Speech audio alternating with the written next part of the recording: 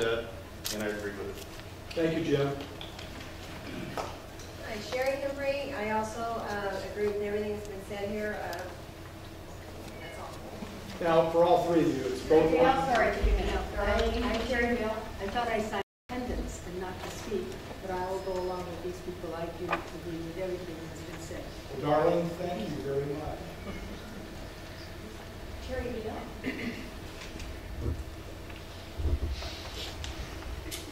I'm Terry Bale from 302 Avenue F. I'm speaking for both ordinances, and I'll try to limit my points to the ones that haven't been addressed by everybody else who I fully support. So, my family's not new to Snohomish. My husband, like probably many of you, was actually born here in the old hospital. So we've been around for quite a long time. I haven't. I can't live yet. I've only been here about 40 years. So,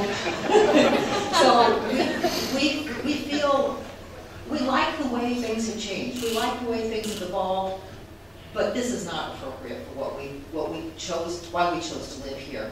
If we want to grow something, we should be growing businesses, not, the housing comes after you've got jobs for the people here. And I have a problem with apartments.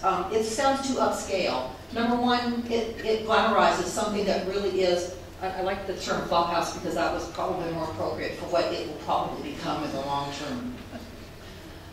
It may start off as a rooming house, and that's what my son-in-law lived in when he was in college at the University of Washington, where there is nothing else except for a lot of really small places to live for the kids. I'm concerned about tax breaks that could be given to the builder here, because we have hard enough time paying water bills and in this town and dealing with the services that are appropriate for here. And if we're going to be giving any sort of tax breaks, I'm not positive that that's a true statement, but the way some of the initiatives seem to be written on some of the websites, it looks like there's potential for that. And that would be totally against anything that I would think would be moral or right for our town. The parking, I think I totally agree with everything you said about parking. I wanted to add one little comment to that. We support our high school. So particularly for the Avenue E position, in the evenings when there's football games, when there's basketball games, it's hard enough to find parking. Last Saturday, we had the Easter parade. I live on Avenue E, and parking is always congested in my area for when we have events downtown. That's a good thing. It's part of what we want to see as people come into town. But if you add another 25 cars to that street on a regular basis, that's really going to provide a limitation. And that's it. Please, please recommend no to both of these ordinances. Thank you, Terry.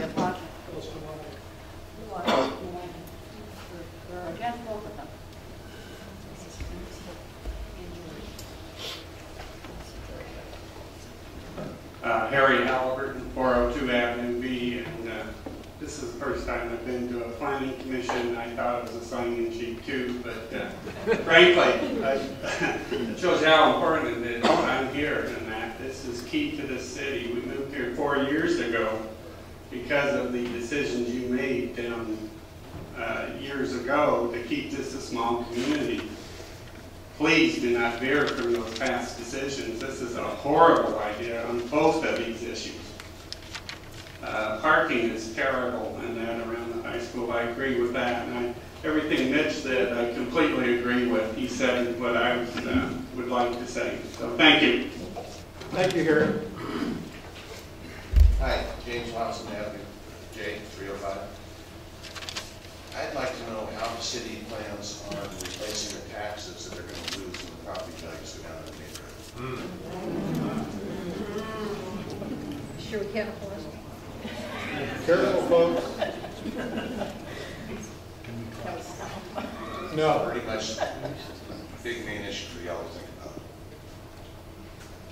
As property values go down, you're screaming for money now. Where are you going to get it? Thank you, James. For everybody out there, check into Agenda 21. These appointments are part of Agenda 21. It's a real scary United Nations program. Check it out.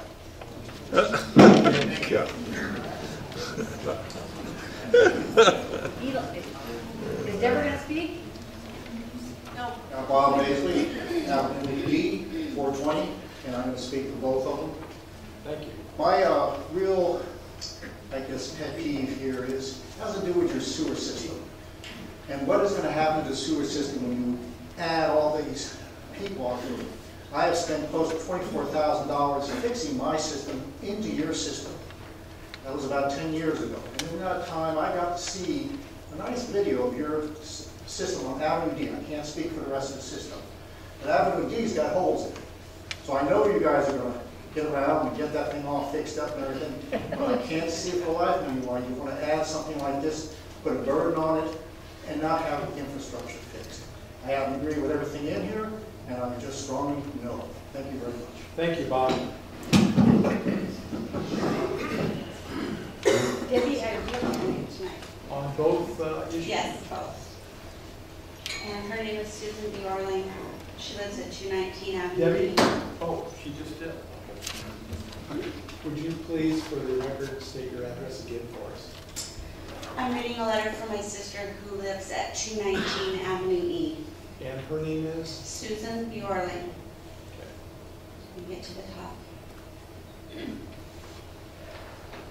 Which I love to say.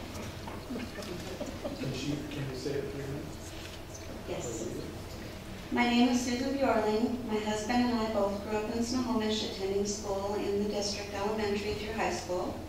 We lived in Arlington for several years, but I've always spent a great deal of time visiting family in town, volunteering at Blackman House and attending Panther football games. When the home behind us in Arlington became a rooming-type house, our property values plummeted. The safety of our family was compromised multiple times. Our home was broken into and everything was stolen. Crime in the area grew exponentially. The police were there on an almost daily basis, breaking up domestic incidents, trying to settle drug disputes, looking for stolen property, etc. I'm not foolish enough or insensitive enough to say that all people who will live in that type of environment will commit crimes or engage in that kind of domestic violence. But there is a difference between a family or person investing in a single-family home and an individual living month to month or even year to year in a property neighborhood for which they have feelings of attachment. When we were finally able to sell our home, it was to a police detective. He was the only person willing to take on the tenants who lived behind us. Other prospective buyers were actually scared away before making it inside to tour the house, based only on the look of the property surrounding it. Anyone who thinks property values won't be affected should put one next to their home and then list their house for sale. It's amazing to me that we are considering doing this to some of our own town's decent, upstanding residents. They will be sentenced to staying in their homes, whether they hope to or not, as nobody will be willing to live next to them, or live next to apartments. My children walk to and from school, and they have to walk right past 402 Avenue E. This is a huge concern for any parent, but especially for the vigilant ones who like to know their neighbors.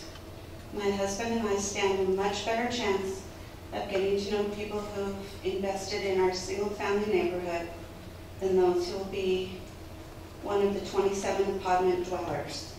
This is unsafe for the children and seniors in our town. What type of individuals will be living in these places? There is nothing to indicate that these tenants will be sufficiently screened or that on-site management will be there to keep things under control. This is a money-making venture. Parking is another issue. So, okay. Can you finish quickly? I think so.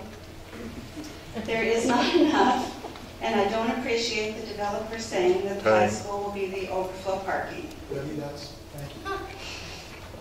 There's one. Okay.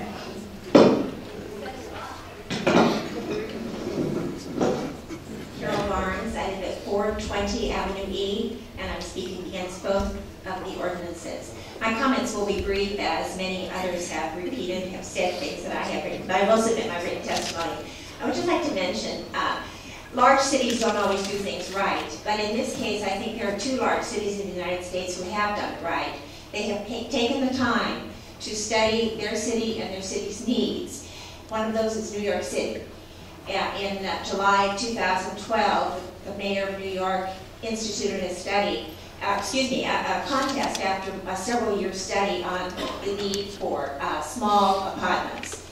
In January, he announced the winner, and they will be building 70 to 100 units, and they will be completed by 2015. Compare that to Snohomish, a city of 8.3 million, and they are building 100, maximum 100 units, compared to our city of less than 9,200, with the potential in one experimental project of 25 to 27. San Francisco is another city. They recently allowed the development of microhousing. They are not going to allow more than 375 units in their entire city. They have a population that is, well, our population is about 1% of San Francisco's population. And the developmental project that is being proposed would be 7 times, proportionally, 7 times that of San Francisco. So I think that we need to have a study to determine whether or not this is the sort of thing that is really needed in our city, rather than going to the whim of a developer. Thank you so much. Carol, thank you. 330 Avenue H. And I'd just like to say quickly, our family has owned our property since 1800s. We've stayed here because we love the town the way it is.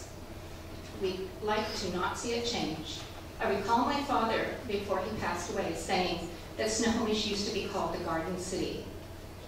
And I'd just like to say that I believe if the apartments are allowed in and rezoning is allowed in our single-family neighborhoods, you'll have a malignant melanoma of crime and lowered property values spread throughout this gem of a city. Please do not approve A or B. Thank you. You want to come forward, or? No, I just want to say, please don't make us crazy decision to allow these apartments. All right, well, thank you for standing up and saying your Thank you. Rachel Isle, Ian Johanna.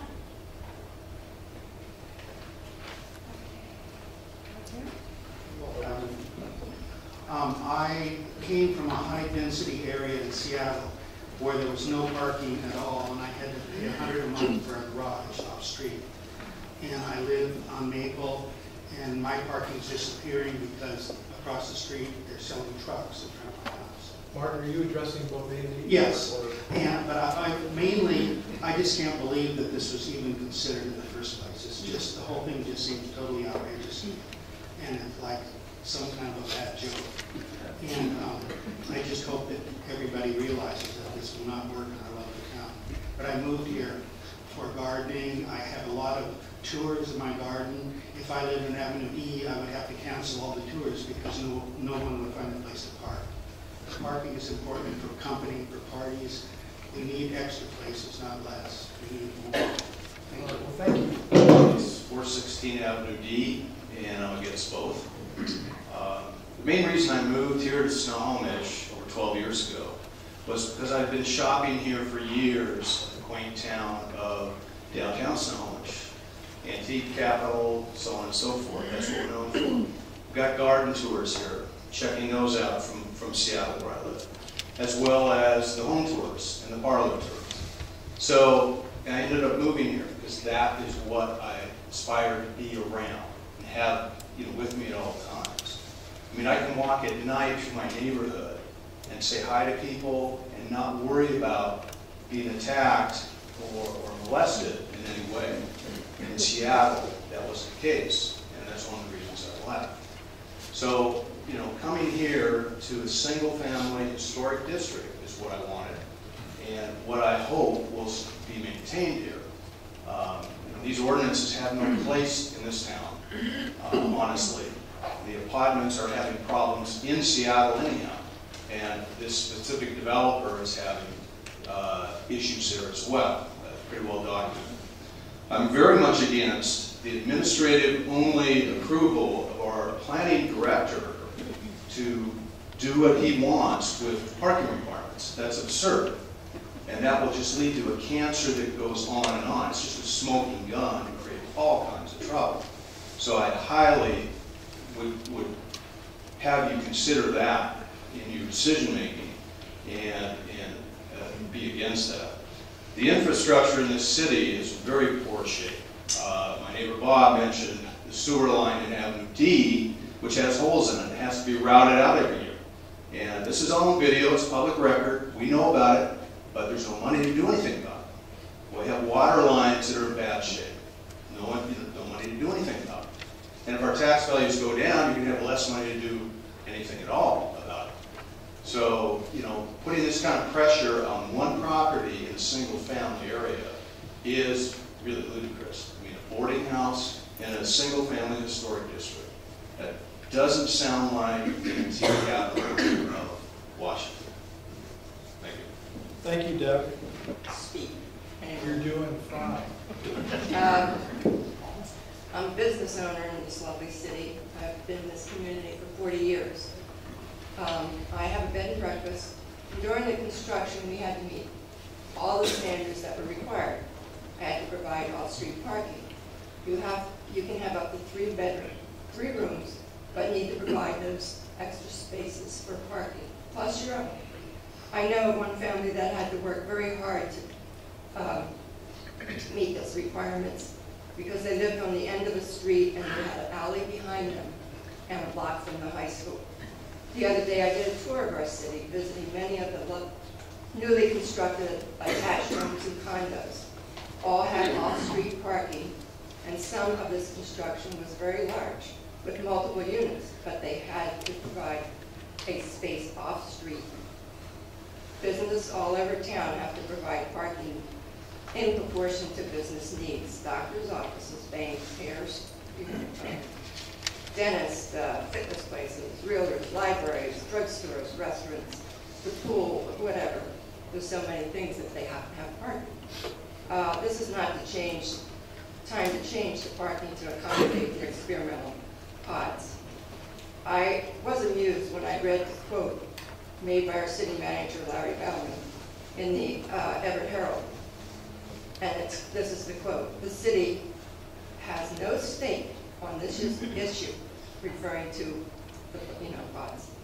"It is just trying to find a solution to fix the building that the neighbors describe as an eyesore. The incentive for us is trying to find the use that allows the owner, Mr. Coe, to maintain and prevent the decay of the property. This city should be worried about the mold that is in that building in the ground, since it has sat there empty since 2008. It is not a healthy building to live in and even to try." Also, it looks like officials are leaning over backwards for Mr. Coe. Would the average home owner get this kind of help from the city so they can keep their property? I have always heard, buyers beware. Why would this buyer get special treatment? Everyone else that has built had to meet the requirements that have been in place to protect neighborhoods. And what works for one should apply to all. If you have 10 units, you should have 10 parking spaces. Thank you, Joanne.